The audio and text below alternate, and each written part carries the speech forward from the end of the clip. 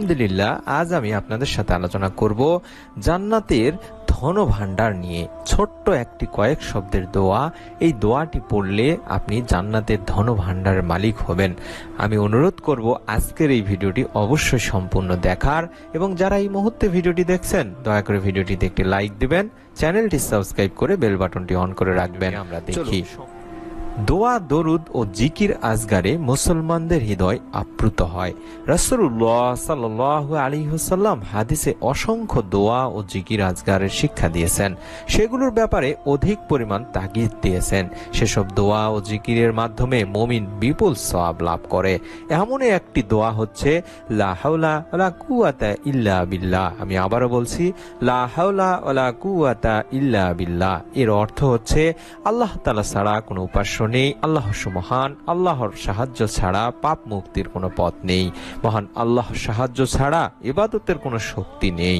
আবু মুসা আশআরী রাদিয়াল্লাহু তাআলা আনহু বর্ণনা করেন, আল্লাহর রাসূল সাল্লাল্লাহু আলাইহি ওয়াসাল্লাম একবার আমাকে বললেন, তোমাকে জান্নাতের অন্যতম ধনভাণ্ডারের কথা কি বলে দেব?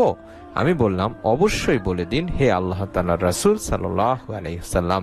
তখন রাসূলুল্লাহ সাল্লাল্লাহু আলাইহি ওয়াসাল্লাম বললেন, লা হাওলা ওয়ালা কুওয়াতা ইল্লা বিল্লাহ। এটি বুখারী শরীফের 2992 এবং সহিহ মুসলিম শরীফের 2704 নম্বর সহিহ একটি হাদিস।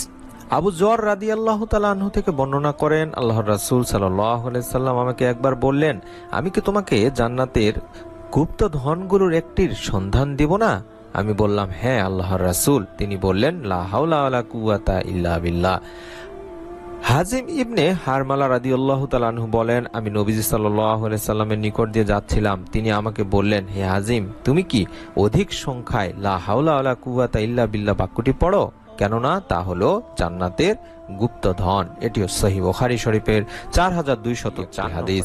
কাইস ইবনে সাদ ইবনে উবাইদা রাদিয়াল্লাহু তাআলা আনহু থেকে বর্ণিত আছে, আমি নামাজরত থাকা অবস্থায় নবী সাল্লাল্লাহু আলাইহি সাল্লাম আমার কাছ দিয়ে গমন করলেন। তিনি নিজের পা দিয়ে আমাকে আঘাত বা ইশারা করে বললেন, আমি তোমাকে কি জান্নাতের দরজাগুলোর একটি দরজা সম্পর্কে জানাবো না? আমি বললাম, হ্যাঁ অবশ্যই। তিনি বললেন, লা হাওলা ওয়ালা কুওয়াতা ইল্লা বিল্লাহ, অর্থ আল্লাহ ব্যতীত অনিষ্ট দূর করার এবং কল্যাণ লাভে কোনো শক্তি কারো নেই। তিরমিজি হাদিস নম্বর 3581। কায়েস রাদিয়াল্লাহু তাআলা আনহু আরো বলেন, আল্লাহর রাসূল সাল্লাল্লাহু আলাইহি সাল্লাম আমার পাশ দিয়ে যাচ্ছিলেন, আমি তখন মাত্র নামাজ শেষ করেছি। তিনি আমাকে তার কদম মোবারক দিয়ে আঘাত করে বললেন, জান্নাতের দরজাগুলোর একটি কি আমি তোমাকে বলবো? আমি বললাম, অবশ্যই বলুন আল্লাহর রাসূল সাল্লাল্লাহু আলাইহি সাল্লাম। তিনি বললেন, লা হাওলা ওয়ালা কুওয়াতা ইল্লা বিল্লাহ। সুনানে তিরমিজি হাদিস নম্বর 3581। এছাড়াও সাগরের ফেনা পরিমাণ গুনাহ মাফ হয়। আব্দুল্লাহ ইবনে আমর রাদিয়াল্লাহু তাআলা আনহু বর্ণনা করেন, আল্লাহর রাসূল সাল্লাল্লাহু আলাইহি ওয়াসাল্লাম বলেছেন, পৃথিবীর বুকে যে ব্যক্তি বলে লা ইলাহা ইল্লাল্লাহু আল্লাহু আকবার, লা হাওলা ওয়ালা কুওয়াতা ইল্লা বিল্লাহ, তার অপরাধগুলো ক্ষমা করে দেওয়া হয়, যদিও তা সাগরের ফেনা রাশির মতো হয় বা এর বেশি পরিমাণও হয়। তিরমিজি 3460 নম্বর হাদিস। সুবহানাল্লাহ, সুবহানাল্লাহ। আমি আমার সম্মানিত দ্বীনি আমল ইউটিউব চ্যানেলের দ্বীনি ভাই বোন, ছোট্ট এই দোয়াটি অবশ্যই আপনারা প্রত্যেক দিন প্রত্যেক নামাজের পরে অন্তত একবার করে হলেও পড়ার চেষ্টা করুন। আল্লাহ তাআলা আপনাদেরকে অবশ্যই জান্নাত দান করবেন, আপনার গুনাহ ক্ষমা করে দিবেন। ভাই ও বোনেরা, আজকের আমরা জানবো এমন একটি গুরুত্বপূর্ণ অত্যন্ত ছোট্ট একটি দোয়া, যে দোয়াটিকে নবীজি সাল্লাল্লাহু আলাইহি সাল্লাম বলেছেন জান্নাতের গুপ্তধন সময়ের মধ্যে একটি গুপ্তধন। আমরা সেই অত্যন্ত ছোট্ট দোয়াটি সম্পর্কে জানবো। রসুল সাল্লাল্লাহু আলাইহি ওয়াসাল্লাম দোয়াটিকে জান্নাতের ভান্ডার বলেছেন। প্রিয় ভাই, এখন আমি বলে দিব এই আমলটি আপনারা কিভাবে করবেন, কোন নিয়মে এই আমলটি করতে হবে। প্রিয় ভাই ও বোনেরা, আশা করি ছোট্ট দোয়াটি সকলের মুখস্থ আছে, না থাকলে মুখস্থ করে নেবেন। আমলটি করার জন্য আপনারা যা করবেন, প্রথমে আপনি ভালো করে উযু করে পবিত্র হয়ে নেবেন।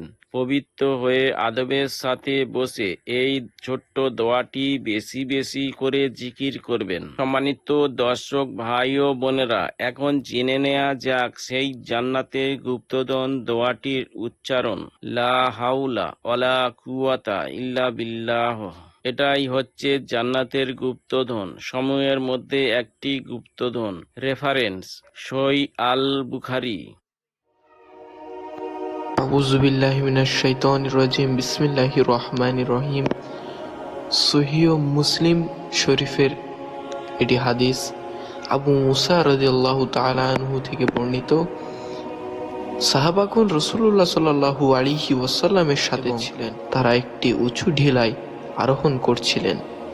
তিনি বলেন, লোক যখনই কোনো ঢিলার উপরে উঠত তখন উচ্চ কণ্ঠে লা ইলাহা ইল্লাল্লাহু আল্লাহু আকবার, অর্থাৎ আল্লাহ ছাড়া প্রকৃতপক্ষে কোনো ইলাহ নেই এবং আল্লাহ মহান, এ কথাটি বলতো। তিনি বলেন, তখন নবী সাল্লাল্লাহু আলাইহি ওয়াসাল্লাম বললেন, অবশ্যই কোনো বধির কিংবা অনুপস্থিত সত্তাকে ডাকছ না। তিনি বলেন, এরপর নবী সাল্লাল্লাহু আলাইহি ওয়াসাল্লাম বললেন, হে আবু মুসা, আমি কি তোমাকে এমন এক কালিমাহ সম্পর্কে জানিয়ে দেব না যা জান্নাতের গুপ্ত? আমি বললাম, হে আল্লাহ রাসূল সাল্লাল্লাহু আলাইহি ওয়াসাল্লাম, তা কি? তিনি বললেন, লা হাওলা ওয়ালা কুওয়াতা ইল্লা বিল্লাহ, অর্থাৎ আল্লাহর সহযোগিতা ছাড়া কারো ভালো কর্ম করার এবং খারাপ কর্ম থেকে বিরত থাকার কোনো সামর্থ্য নেই। আমাদের নবী করিম সাল্লাল্লাহু আলাইহি ওয়াসাল্লাম এই কালিমাকে জান্নাতের গুপ্তধন বলেছেন। তাহলে এর ফজিলত কতটুকু হতে পারে আপনারা তা অনুমান করতে পারছেন। প্রিয় মুসলিম ভাই বোনেরা, যদি ভিডিওটি ভালো লাগে অবশ্যই লাইক, কমেন্ট, শেয়ার করতে ভুলবেন না। আর অবশ্যই এই ভিডিওটি আপনার